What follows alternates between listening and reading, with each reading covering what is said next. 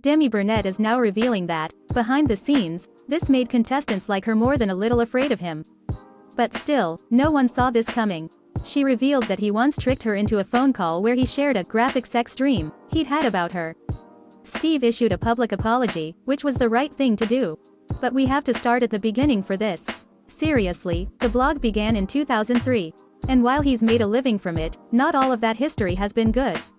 In older posts on the blog, Steve's commentary was at times alarmingly misogynistic. This came up on this week's episode of the podcast, Chatty Broads. Becca Martinez, Above, and Jess Ambrose, the hosts, brought up a recent Reddit thread about Steve's old posts. What he's done publicly that has been published on his website and his Twitter, etc., Becca noted. She wrote that many of his posts are extremely problematic and show an extreme internalized bias. This is a bias, she described on the podcast, towards just women as a whole that I think is really disturbing. Steve saw the discourse about him. Some was earnest, and some was frankly backlash for his critiques of Chris Harrison from the latter's rabid, racist fans. He took to Twitter to vow that he has changed. Wanted to address my past writings that were brought to light again today on a podcast, Steve wrote this week. Was no excuse for them, he affirmed. I'm embarrassed I thought that way. Steve continued. I'm embarrassed I wrote it, and ever since, I've done whatever I could to change that line of thinking. People do change, and it is certainly true that his official blogging and coverage's tone has changed considerably. However, Bachelor Nation fan favorite Demi Burnett felt that Steve had not really changed, deep down. Why? Because of an inappropriate conversation that he had with her last year. No, Steve, you haven't changed, Demi wrote as she quote-tweeted Steve's apology. What followed was a series of screenshots of Demi's notes app draft, calling out Steve. I wasn't going to ever say anything out of fear of criticism, Demi confessed, but after being made aware of this tweet and your history of treating women, I had to say something, Demi wrote.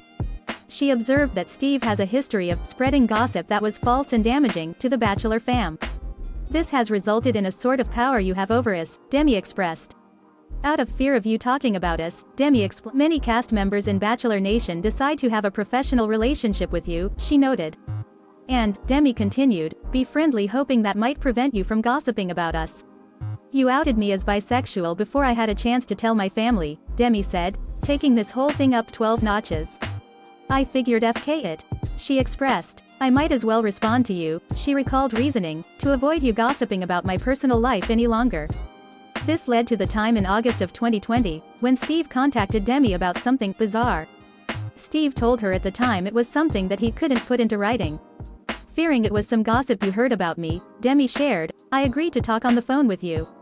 Then you proceeded to tell me about a graphic sex dream you had of me, Demi accused. I felt uncomfortable, she shared, and wasn't sure how I should handle your unwanted and unprompted sexual advance. So, I laughed and tried to get off the phone with you as quickly as possible, Demi recalled. I was always friendly to you, Demi noted. And, she added, you took my friendliness as an excuse to trick me into listening to your sexual fantasies about me. Demi expressed. It felt gross. I don't think I deserve to have you make me feel this way. To top it all off, Demi shared a screenshot of their text exchange that followed the phone call. Sharing a sex dream with the dream's subject can be creepy and invasive unless you know that you have a good rapport. Sharing a sex dream with someone who fears the consequences that might come if you were unhappy with them is an abuse of power. I had no idea at the time that conversation made you feel that way, Steve replied in a public tweet. I am apologizing now knowing how uncomfortable I made you feel, he wrote. Steve added. I crossed boundaries I didn't think at the time I was crossing. I did not know this until today, Steve claimed. So for that, he wrote, I hope you can accept my apology. I'm not blaming her at all, Steve wrote in a follow-up tweet. I did not know about how she felt until less than an hour ago, Steve explained. So once I found out she felt this way, he noted, I apologized to her both personally and here on Twitter. To his credit, hey, at least he didn't deny it. That would have made this worse. But on the other hand, if he didn't know that he was crossing a boundary, why do this over the phone?